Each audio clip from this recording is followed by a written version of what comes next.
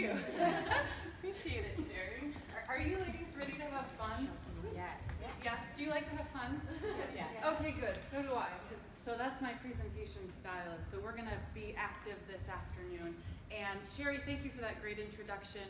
I really appreciate having the opportunity. I've been so excited to come and talk to you today about work-life integration because I was able to present and speak with the fall cohort of the Women Certificate program, the Women Lead program, and even sit in on some of the classes. So I have an idea of the kinds of things that you've been reading and the assignments that you've been doing and the discussions that you've been having. And I really support what Sherry's doing with this program, both in the pilot in the fall and now with the second semester. So I'm really excited to be here today to share with you some keys to unlocking harmony between your personal and professional life. So unlocking work-life integration. And I'm going to start with a vulnerable story. If you would have told me 5 years ago that I would be standing in front of you sharing work-life integration tricks with you, I wouldn't have believed you. See, by all outside appearances, I was certainly doing everything that society was telling me I needed to be doing in order to be a good woman. I had a blossoming career in academia as a college professor, a handsome husband, 2 small babies, nice home, in a great community, white picket fence. I was doing everything that the outside world was telling me I needed to be doing in order to be a good mother, a good professional, be a good wife, be a good woman. Whew. And then it all began to fall apart. So my husband at the time developed substance abuse, the disease of addiction. And like many of us women who were told that as long as you're willing to work hard enough, you can have whatever you want in life. Or as long as you're willing to work hard enough, you can be whoever you want to be. Does that sound familiar to anyone? I was told that too. So I took his problem as my own project to try to fix. And I tried to fix him. But we cannot change people. We cannot change people. Much as we would like to sometimes, we can't change people. And so once I realized that, this took years, I began to make plans for me and my children to leave what had become at that time a domestic violence situation. But I couldn't leave right away because I didn't have the economic stability. I didn't have the money to raise 2 children on my own. So I had to grow my career. I had to think strategically and plot my steps slowly and mindfully.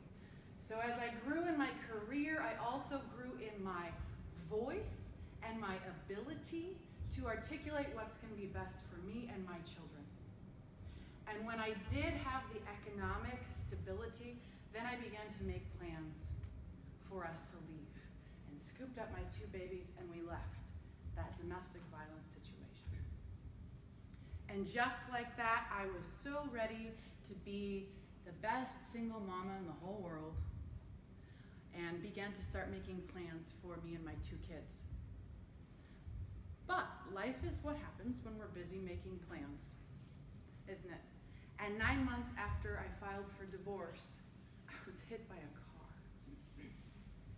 So another vehicle T-boned my car, and the distracted driver who was not looking walked away, and my car was totaled immediately. And I was lucky to walk from that accident alive. And I was taken to the ER with a traumatic brain injury and post-concussive syndrome. So the doctors told me that I would be on bed rest for months. They said, Katie, you are not going to work. You're not going to be able to drive. And it's going to take a long time to recovery. You know how you heal a brain injury? Don't use your brain. Tell that to a college professor and single mom. So I thought, I have been through enough challenge in my life and I have worked hard and pushed past it. If I just work hard enough, I can push past this too. And a year went by, and I thought I would be getting better, but I wasn't. And the doctor said, Katie, you're getting worse. You have to rest. And I remember in that moment thinking to myself that I'm going to have to surrender my belief system that I can just work a little bit harder and that everything will be okay. I'm going to have to let go of this mindset, this ideology that I can push through any challenge, that I can control my outside environment in order to feel comfortable on the inside. I had to let go of that belief system. I had to learn how to ask for help. So I brought in family and friends. I had a team of doctors. I started to take their advice for alternative remedies for healing, one of them being rest. I rested for the first time. And eventually, my eyesight returned, my hearing returned, and see, I thought I was going to lose my job because I couldn't drive. I had to get a ride to work. But what I learned is that my colleagues were quite understanding. In fact, my boss had also had a concussion. So I learned that we bond in times of vulnerability. I was afraid I was going to lose my kids because I couldn't parent with any kind of patience, let alone go to the grocery store or make a decent meal. And what I learned was how to ask for help.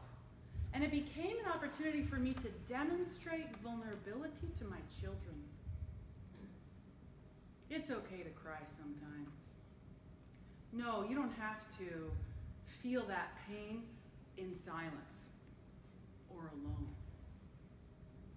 And I saw how my young kids began to internalize that mindset, and then they began to also demonstrate it. They started to give themselves some more grace. So from the epic failure of my ability to do everything that society was telling me I should be doing to be a good woman, from the epic failure of that, I learned how to define success for myself.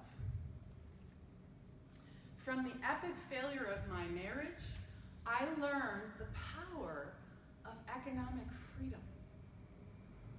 And when I was able to get out of that violent situation, I felt the freedom of being able to stand up for myself and be authentically me and not be afraid.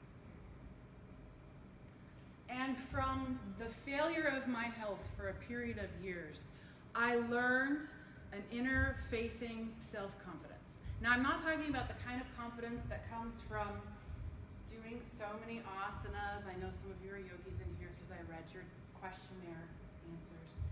It's not the kind of confidence that comes from doing a certain number of sit-ups or push-ups or wearing a flattering outfit. I'm talking about an inward-facing confidence. The kind of confidence to know that I can heal. I will be okay. I am able to persist boldly and will make it another day. I am enough just as I am right now. And that took a significant shift in mindset for me. And I learned a couple things along the way about work-life integration. See, if the question for this session this afternoon is, can women have it all? I had to lose it all in order to be able to answer that question for myself. So I'm going to share with you a handful of keys today for building successful work-life integration and creating harmony between your personal and professional selves. So we start from that place. And I'm willing to bet that all of you in this room have also endured some kind of significant challenge in your life. And it's probably that challenge that has become a source of strength for you. It is certainly that challenge that is now a growth opportunity for you. And it might even be a challenge that now you use to lead with.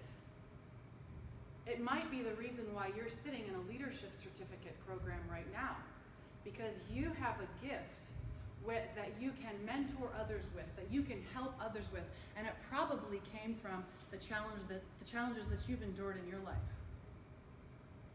So your mess becomes your message. Your mess becomes your message. And I really like that.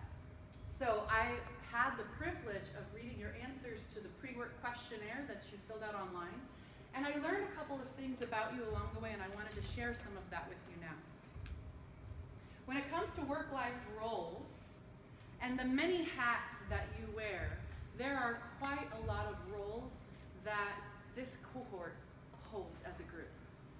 So for example, in this group we have fiancés, engineers, wives, daughters, sisters, friends. We have dancers, yogis, employees, business owners. We have people who identify as being readers, as students, volunteers, mothers, scientists. In your cohort, we have team leaders, mentors, church program directors, household managers, grandmothers, travelers, community liaisons, pet keepers,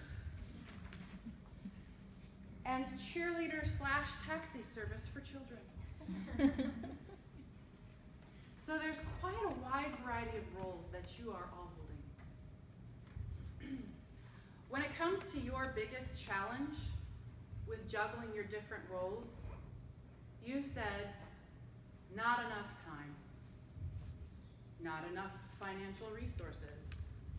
You feel challenged with managing commitments, with finding good balance. You feel challenged with competition for your resources, for your time, for your energy.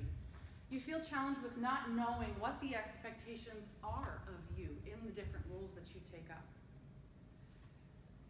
You know about delegation, but you feel challenged by it. You feel challenged with feeling good, somebody answered.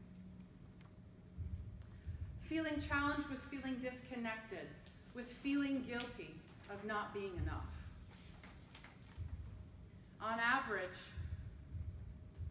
guess how many people in this room get 8 hours of sleep per night? 0. Mom? Just one. Somebody in this room gets 8 hours. You don't have, I'm not asking you to out yourself. Whoever you are, good for you.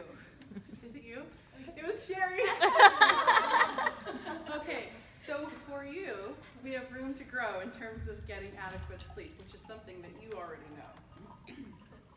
So half of you are getting about 7 hours, the other half are getting 6 or less, which means that you are, you have not slept enough on top of being overworked and carrying many roles. When asked how often you feel overwhelmed or worried about whether you'll be able to finish all the tasks on your to-do list, 42% are worried at least every day, at least once per day. 25% worry a few times per week, and 17% actually worry several times per day. So not only do you have an awareness of where your challenges are, but you're thinking about it all the time. When asked how confident are you that you can achieve your lifelong personal and professional goals, there's one person in this room who's very confident. Is it you again? I don't think that one was me. Okay. I'm not going to ask you to out yourself, but I want you to think about the numbers as I read them to you and think about how your answers are situated within the group data, okay? So 66% feel somewhat confident that they have what it takes to reach their long-term professional and personal goals. 25% feel not quite confident. Okay, if you answered less than 100%, then I asked you to name at least 2 things that you would need to reach that 100% level of confidence. And you listed more time. Ah, I see a pattern. More sleep. Somebody said win the lottery. More self-discipline. Clarity around those goals and how they connect to my purpose. being able to set boundaries, having a fulfilling